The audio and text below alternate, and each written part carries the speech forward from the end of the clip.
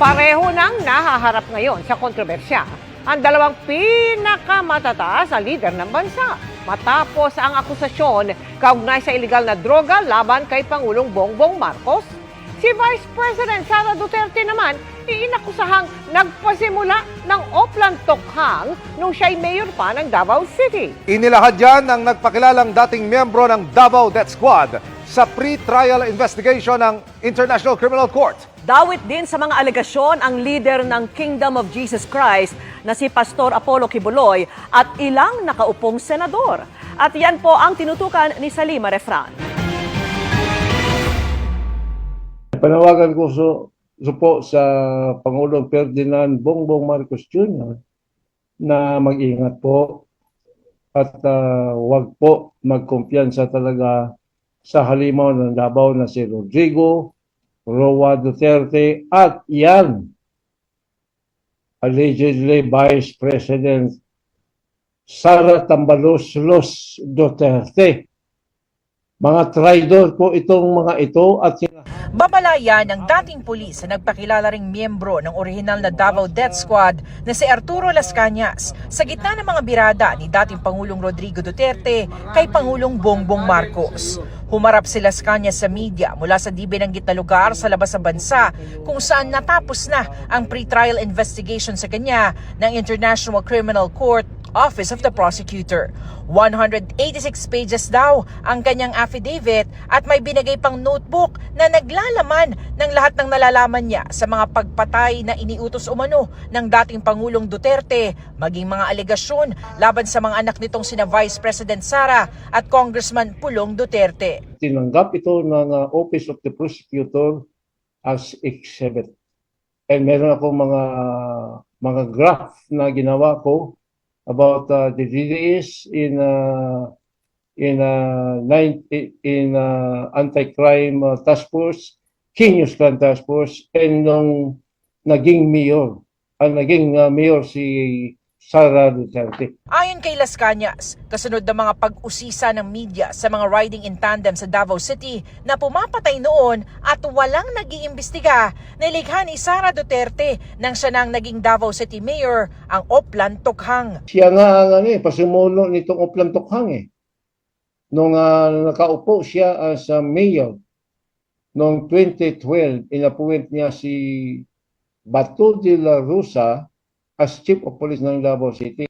Sinabi sa akin ni Bato de la Rosa na nag-craft sila ng panibago ngayong extrajudicial killing na campaign against illegal drug, in which is Tok-Tok Hangyo, meaning Tokhang, mga target personalities, illegal drug, labi na mga, lalo pa ang mga gumagamit ng shabu at saka nagbibinta.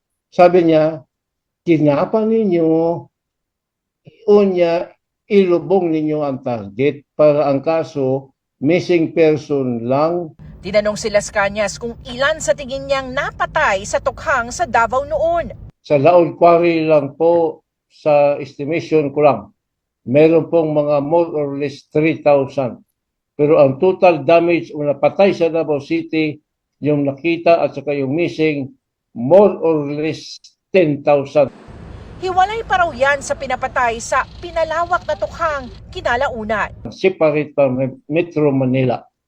May nag-imbestigar ba dito? Wala. Nag-imbestigar ba yan? Si Vice President Tambaloslos Sara? No.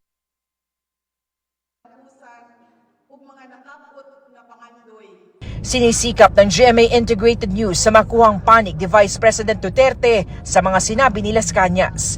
Pero nauna na siyang nagsabi na ni minsan daw ay hindi na iugnay ang kanyang pangalan sa umano'y Davao Death Squad sa mga taon na nagsilbi siyang Vice Mayor at Mayor ng Davao City.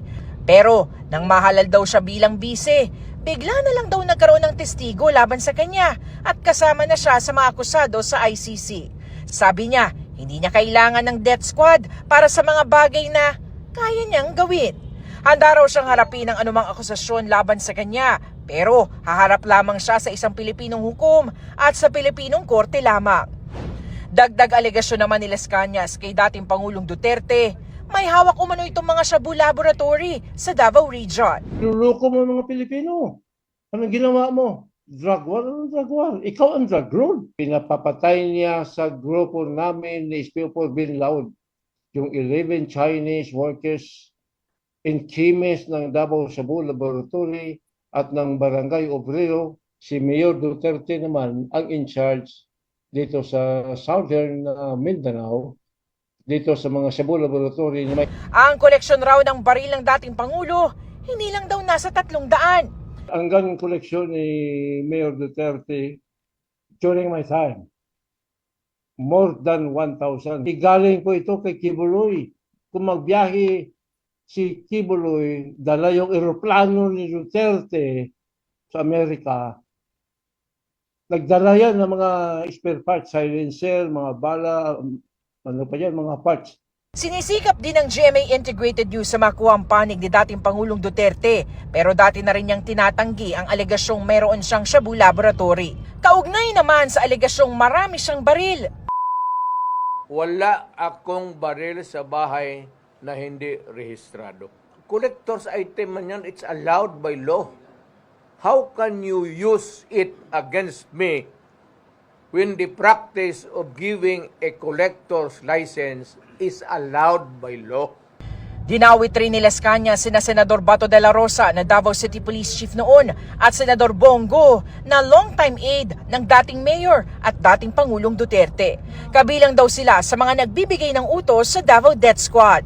Para for sure na ang mga death squad, kumukuha si Bongo ng personal identification data dito kay Mr.